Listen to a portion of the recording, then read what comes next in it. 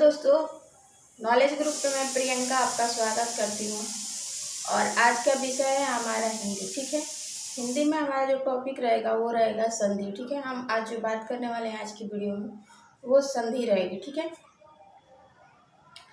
तो सबसे पहले आप लोग बताइए दोस्तों कि आप लोग कैसे हैं और आपकी स्टडी कैसी चल रही है। मुझे उम्मीद है कि आप लोग बहुत अच्छे होंगे और आपकी स्टडी भी बहुत अच्छी चल रही होगी। ठीक है दोस्तों, चलिए ज़्यादा समय न लेते हुए सीधे टॉपिक पे हम बात करेंगे। ठीक है, तो जैसा कि आज के टॉपिक है दोस्तों हिंदी में हमारा संधि। संधि की परिभाषा की हम बात करें दोस्तों आपसे, तो इसकी जो परिभाषा होती है वो होता है दो ध्वनियों के आपस में मेल से जो परिवर्तन होता है उसे संधि कहते हैं। ठीक है, मतलब कहने का मतलब ये है कि दो ध्वनियों के आपस में मेल से जो परिवर्तन होता है उसको आप संधि कहेंगे। ठीक है, अब संधि कितने प्रकार के होते हैं दोस्तों? तो संधि आपके 3 प्रकार के होते हैं। कितने प्रकार के? तो 3 प्रकार के। कोई भी आपसे पूछे कि संधि कितने प्रकार के हैं, ये अपने आप में एक क्वेश्चन है। ठीक है दोस्तों, संधि 3 प्रकार के होते हैं। ठीक है, कौन कौन से होते हैं? तो पहला जो होता है मित्रों वो होता है स्वर संधि, दूसरा आपका होगा व्यंजन संधि और तीसरा आपका होता है विसर्ग संधि। ठीक है, संधि कितने प्रकार के होते हैं? 3 प्रकार के। पहला स्वर संधि, दूसरा व्यंजन संधि और तीसरा आपका जो होगा दोस्तों वो होगा विसर्ग संधि। ठीक है, यहाँ तक चीज़ें क्लियर है। अब हम बात करें आपसे दोस्तों कि स्वर संधि का निर्माण कैसे होता है। ठीक है, तो जो स्वर प्लस स्वर का जो मेल से जो परिवर्तन हो या जो शब्द बने परिवर्तन होके उसे आप स्वर संधि कहेंगे।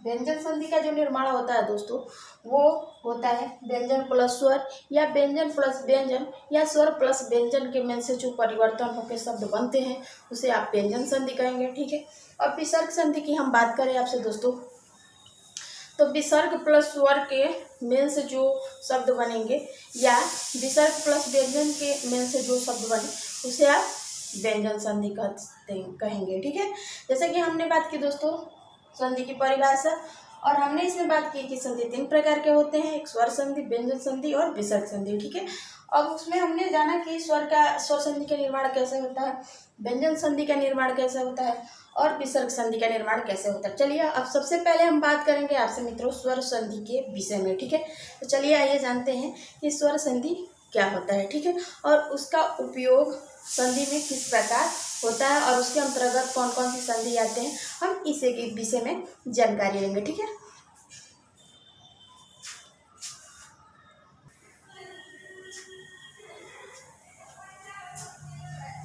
अब दोस्तों हम बात करने वाले हैं स्वर संधि के विषय में। ठीक है, तो स्वर संधि की परिभाषा की बात करें हम आपसे दोस्तों, तो स्वर संधि का जो परिभाषा होता है वो होता है दो स्वरों के आपस में मेल से जो शब्द का निर्माण हो उसे हम स्वर संधि कहते हैं। ठीक है, जैसे स्वर प्लस स्वर के मेल से जो शब्द बनेंगे उसे हम स्वर संधि कहेंगे। जैसे हम बात करें कि अगर अ प्लस अ या आ प्लस आ आए तो आपका निर्माण जो होगा वो आ में होगा। ठीक है, इस चीज़ का उपयोग हम आगे बात करेंगे स्वर संधि के दीर्घ संधि में कैसे प्रयोग होते हैं। ठीक है, आई थिंक यहाँ तक चीज़ें आपको अच्छे से समझ में आ गई होगी। अब हम बात करेंगे कि स्वर संधि के अंदर हम कौन कौन से संधि पढ़ने वाले हैं। ठीक है, स्वर संधि के अंदर हम कौन कौन से संधि पढ़ने वाले हैं, तो स्वर संधि के अंदर हम जो पढ़ने वाले हैं सबसे पहले हम दीर्घ संधि पढ़ेंगे, उसके बाद गुण संधि पढ़ेंगे, उसके बाद वृद्ध संधि पढ़ेंगे, उसके बाद यण संधि पढ़ेंगे, उसके बाद हम आयाद संधि पढ़ेंगे। ठीक है, तो हमने आपके साथ चर्चा की दोस्तों कि स्वर संधि की परिभाषा क्या होती है। ठीक है, और शब्दों का निर्माण कैसे होगा इस चीज़ को हम आगे आपसे चर्चा करेंगे। ठीक है, और स्वर संधि के अंतर्गत कौन कौन से संधि आती हैं, तो सबसे पहले आता है आपका दीर्घ संधि, उसके बाद गुण संधि, फिर वृद्ध संधि, यण संधि और आयादी संधि। चलिए अब हम स्वर संधि के अंतर्गत अब एक एक संधि के बारे में बहुत ज़्यादा विस्तार से हम चर्चा करेंगे। ठीक है, तो सबसे पहले हम बात करेंगे आपसे दोस्तों स्वर संधि के बारे में। तो चलिए आइए जानते हैं दोस्तों कि स्वर संधि क्या होती है। ठीक है,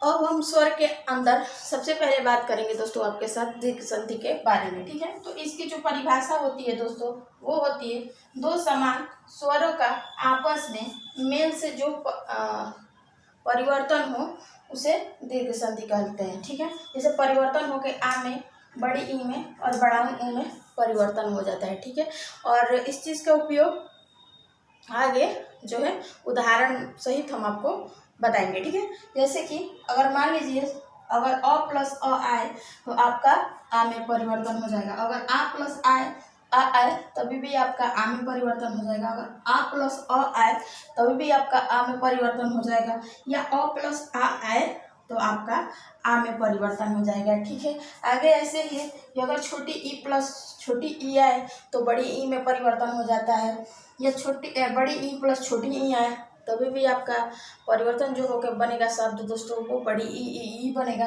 और बड़ी ई प्लस बड़ी ई भी आए तभी भी आपका बड़ी ई में ही परिवर्तन होता है, या छोटी ई प्लस बड़ी ई आए तो आपका परिवर्तन होकर जो शब्द बनेगा दोस्तों वो बड़ी ई में बनेगा। आगे है छोटा ऊ प्लस छोटा ऊ आए तो भी आपका बड़ा ऊ में परिवर्तन हो जाएगा। अगर बड़ा ऊ प्लस बड़ा ऊ आए तभी भी आपका परिवर्तन जो है बड़ा ऊ में हो जाएगा। अगर आपका छोटा ऊ प्लस बड़ा ऊ आए तभी भी आपका परिवर्तन जो होगा दोस्तों वो बड़ा ऊ में हो जाएगा। अगर बड़ा ऊ प्लस बड़ा ऊ आए तभी भी आपका परिवर्तन हो जाएगा, वो बड़ा ऊ में हो जाएगा। ठीक है दोस्तों, तो कहने का मतलब है कि आ ई ऊ में परिवर्तन हो जाता है। ठीक है, अब इस चीज़ को हम उदाहरण सहित बहुत अच्छे से समझेंगे। ठीक है, जैसे मान लीजिए कि उदाहरण ले लेते हैं। ठीक है, उदाहरण, ठीक है, उदाहरण है जैसे मान लीजिए हम उदाहरण ले लेते हैं विद्यालय। विद्यालय जब हम इसको संधि विच्छेद करेंगे तो विद्या प्लस आलय बराबर दोस्तों आपका हो जाएगा विद्यालय। ठीक है, अब देखिए हम आपको परिवर्तन करके दिखाते हैं कि कैसे हो जाता है। ठीक है, देखिए यहाँ विद्या है ना, तो प्रोनाउंस करते समय आपको पता चल रहा है कि विद्या नहीं आ रहा है, अ शब्द नहीं है, आके आ बनता है। जैसे मान लीजिए कोई भी क ख क के शब्द बनते हैं, तो जैसे मान लीजिए क है, ठीक है, पूरा है क है, तो जो क शब्द बना है दोस्तों वो सिर्फ इकलौता शब्द से नहीं मिल के बना है, इसके साथ दो शब्द आए हैं। जैसे एक आधा क, ठीक है, हलंत करके, उसके बाद से प्लस अ के मेल से जो बना है तब जाके आपका क बना है। ठीक है, इस तरह आपका क का निर्माण हुआ है। ठीक है, तो यहाँ पे आधा क और यहाँ पे अ के मेल से जो बना है वो क बना है। ऐसे ही जो 52 के 52 अक्षर है उसमें मात्रा के उपयोग करके शब्द मतलब क ख ग घ यहाँ तक बनाए गए। ठीक है, उसमें क प्लस आधा मतलब जो है क और उसके बाद से अ के मेल से क का निर्माण हुआ है। ठीक है, उसी प्रकार हमारा जो यहाँ पे बनेगा ये घ शब्द है तो ये हो जाएगा आधा घ और प्लस अ के मेल से। ठीक है, तो हम इस चीज़ को थोड़ा सा डीपली समझ लेते हैं। देखो यहाँ से आपको मिला आ, ठीक है, और यहाँ से मिला भी आपको आ। तो हमने बात की थी संधि में आपके साथ दोस्तों, द्वितीय संधि में, ये अगर आ प्लस आ आए तो आपका परिवर्तन जो हो जाएगा आ में हो जाएगा। तो देखो विद्या धन आलय बराबर विद्यालय। ठीक है, और कुछ उदाहरण ले लेंगे। ठीक है, तो आप इसका अगर स्क्रीनशॉट लेना चाहते हैं तो ले सकते हैं स्क्रीनशॉट, और भी हम उदाहरण ले लेंगे। ठीक है, द्वितीय संधि के, ताकि आपका कंसेप्ट अच्छे से क्लियर हो जाए। ठीक है, और इसमें बहुत मोस्ट और इम्पोर्टेंट चीज़ भी जो है हम आपके लिए लेके आए हैं, जैसे कि कुछ शब्द पर्यायवाची के रहेंगे, फिर अनेक शब्दों के एक अर्थ रहेंगे, मुहावरा रहेगा, लोकोक्तियाँ रहेंगी। ठीक है, शब्द विलोम रहेंगे, इनको भी हम जोड़कर मतलब प्रत्येक क्लास में आपके साथ चर्चा करेंगे। ठीक है, ताकि जो चल रहा है जैसे संधि चल रहा है उसके साथ साथ कुछ आपके विलोम शब्द, पर्यायवाची शब्द, मुहावरा, लोकोक्तियाँ भी जो है साथ साथ तैयारी होते जाएं। ठीक है, तो मुझे उम्मीद है कि आप ले चुके होंगे। अब कुछ और उदाहरण ले लेते हैं हम जैसे, ठीक है, जैसे उदाहरण की बात करें हम तो आपके सामने उदाहरण है। उदाहरण की बात करें दोस्तों हम आपसे,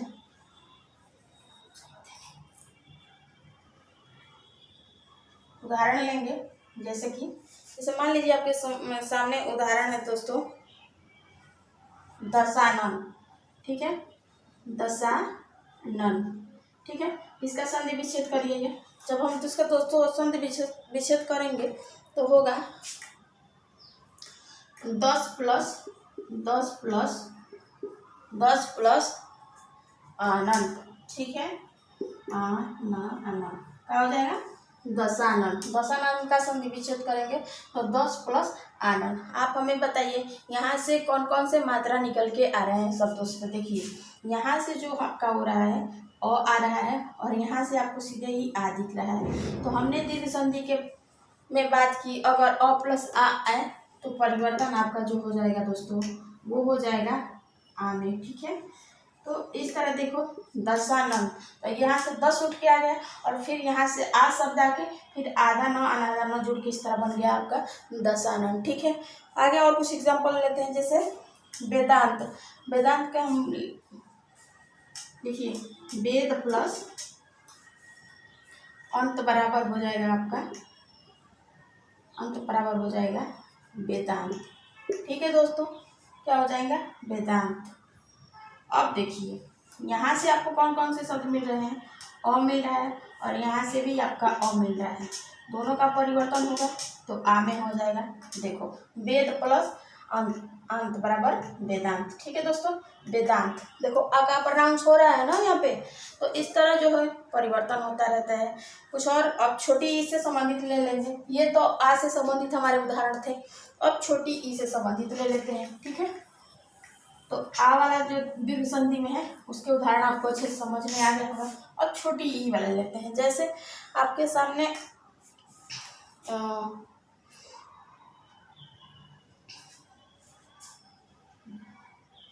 कवि प्लस ठीक है आपका है आपके सामने कवि प्लस इंद्र। ठीक है, तो ये आपका संधि विच्छेद किसका हो गया भाई साहब? तो ये आपका हो गया कविंद्र। क्या हो गया? कविंद्र। ठीक, कैसे बना कविंद्र? तो देखो यहाँ से आपका जो आया निकल के दोस्तों, यहाँ से छोटी ई और छोटी ई हिस्से में मिलकर बन गई तो बड़ी ई में। तो देखो कवि छोटी ई और बड़ी, तो यहाँ से बन गया कविंद्र। ठीक है, ये उदाहरण भी आपको समझ में आ गया होगा। दूसरा एग्जाम्पल ले लेते हैं आपके सामने, जैसे नदी धन ईश बराबर आपका हो जाएगा क्या? नदीश। ठीक है, अब देखो यहाँ से बड़ी ई आपका निकल के आ रहा है और यहाँ से भी बड़ी ई आपका निकल के आ रहा है। तो इस तरह जो परिवर्तन हो जाएगा दोस्तों, बड़ी ई में परिवर्तन हो जाएगा। ठीक है, हमने समझा आ के उदाहरण, हमने समझा बड़ी ई के उदाहरण। अब छोटा ऊ की कुछ उदाहरण की बात कर लेते हैं। ठीक है,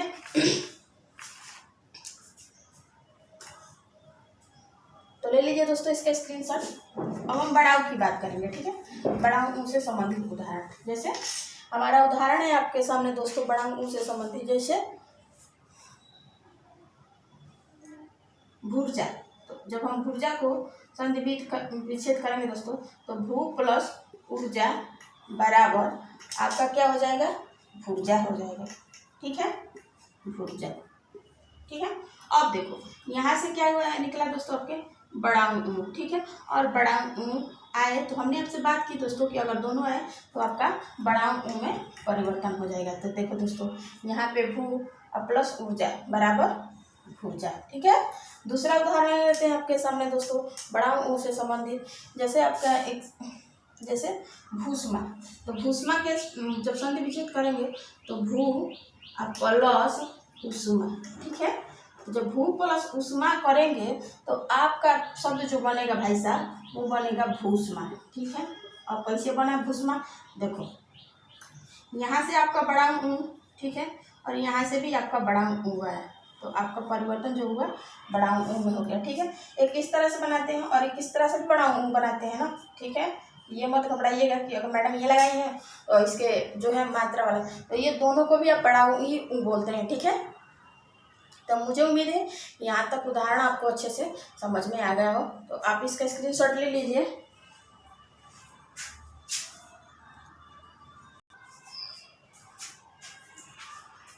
आपके आपके सामने कुछ पर्यायवाची शब्द हैं, जैसे कि आपका पर्यायवाची है आँख का। तो आँख का पर्यायवाची दोस्तों होता है नयन, लोचन, चजु, नेत्र, अक्षि और दृग होता है। ठीक है, ऐसे ही आग का विलोम शब्द पर्यायवाची शब्द पूछा जाए आपसे। तो आग का जो पर्यायवाची शब्द होता है अग्नि होता है, पावक होता है, ज्वाला होता है, अनल होता है, दहन होता है, धूम्रकेतु होता है, वैश्वानर होता है, कृष्याणु होता है, जातिदेव होता है। ठीक है, ऐसे ही आगे हम कुछ 5 जो है विलोम शब्द लेके आएंगे। जैसे कि अतिथि का विलोम शब्द क्या होता है, तो अतिथ्य होता है। ठीक है, अदोष का विलोम शब्द क्या होता है दोस्तों, सदोष होता है। अग्रज का विलोम शब्द अनुज होता है। अनाथ का विलोम शब्द सनाथ होता है। अल्पायु का दीर्घायु होता है। तो इस तरह 2 पर्यायवाची डेली के वीडियो में हम मेंशन करके पढ़ाएंगे। 5 विलोम शब्द रहेंगे और कुछ शब्द जो है जो कि एग्जाम के पॉइंट ऑफ व्यू से बहुत ज़्यादा इंपॉर्टेंट रहेगा, उसको भी हम मेंशन। जैसा कि आपके सामने तीसरा है दोस्तों, अनेक शब्दों का एक शब्द। ठीक है, अनेक शब्दों का एक शब्द। जैसे आपके सामने एक सेंटेंस है कि जो कहा ना जा सके। ठीक है, वाक्य है जो कहा ना जा सके, उसे आप क्या कहते हैं हिंदी में, तो उसे हम जो कहते हैं दोस्तों वो कहते हैं अकथनीय। ठीक है, क्या कहते हैं, अकथनीय। ठीक है, अकथनीय है जिसको आप कह नहीं सकते। ठीक है, दूसरा है आपके सामने दोस्तों कि जिसकी कल्पना ना की जा सके। ठीक है, जिसकी कल्पना ना की जा सके उसे क्या कहते हैं, उसे कहते हैं अकल्पनीय। ठीक है, अकल्पनीय। ठीक है, तो इस चीज़ को आप याद रखेंगे कि जो कहा ना जा सके उसे अकथनीय कहते हैं और जिसकी कल्पना ना की जा सके उसे अकल्पनीय कहते हैं। ठीक है, आगे मुहावरा है। मुहावरा ये है कि अंडा देना। अंडा देने का मतलब क्या होता है, घर में बैठकर अपना समय बर्बाद करना। ठीक है, जैसे कि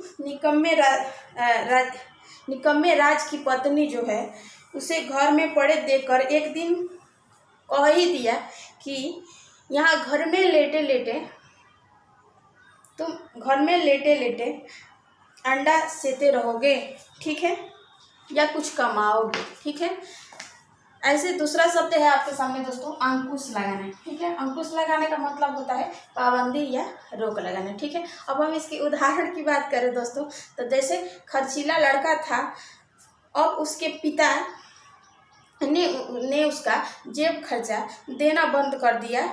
इस तरह उसके फिजूल खर्च पे जो है अंकुश लगा दिया। ठीक है, अब कुछ कहावत ले लेंगे। ठीक है, जो कि बहुत पुराने समय से आपको सुनने को मिलता है। जैसे कि दोस्तों आपके सामने 2 कहावत है। ठीक है, कहावत ये है कि अंधों में काना राजा। तो इसका अर्थ क्या निकलेगा कि मूर्खों के बीच कुछ चतुर। ठीक है, जैसे अगर हम इसकी उदाहरण की बात करें आपके सामने दोस्तों, तो इसके उदाहरण की हम बात करें तो जैसे निरक्षरों के मध्य कुछ पढ़ा लिखा आदमी जो है वो अंधों में काना राजा के समान होता है। ठीक है, दूसरा आपका शब्द है अंधेर नगरी चौपट राजा। ठीक है, ये आपको बहुत सुनने को मिलता है या फिर एग्जाम में भी क्वेश्चन आते हैं कि अंधेर नगरी चौपट राजा का मतलब क्या होता है। तो मतलब अन्याय का बोलचाल, अन्याय का बोलचाल। ठीक है, न्याय का बोलबाला। ठीक है, तो इसकी उदाहरण की बात करें हम दोस्तों, तो जैसे अब उदाहरण ले ले, तो जैसे कि अयोग्य अधिकारी होने पर सभी कामों में धांधली चलती है, ठीक यही कहा गया है कि अंधेर नगरी चौपट राजा। ठीक है, तो इस तरह डेली के क्लास में दोस्तों हम कुछ मेंशन जो है एक्स्ट्रा चीज़ें जैसे कि पर्यायवाची, विलोम, लोकतिया, कहावत और अनेक शब्दों के ऐसे मेंशन करके पढ़ाएंगे। ठीक है दोस्तों, अब अपना ओपिनियन दीजिएगा कि आपको ये क्लास कैसे लगी। ठीक है, फिर मिलते हैं नेक्स्ट वीडियो के साथ। तो अगर आपको मेरी वीडियो पसंद आए दोस्तों तो सब्सक्राइब का बटन प्रेस कर दीजिएगा, ऑल का बटन प्रेस कर दीजिएगा, ताकि डेली के आने वाले जो वीडियो हो आपको आसानी से मिल सके। ठीक है, फिर मिलेंगे दोस्तों, तो आज तक के लिए यहीं तक। धन्यवाद दोस्तों।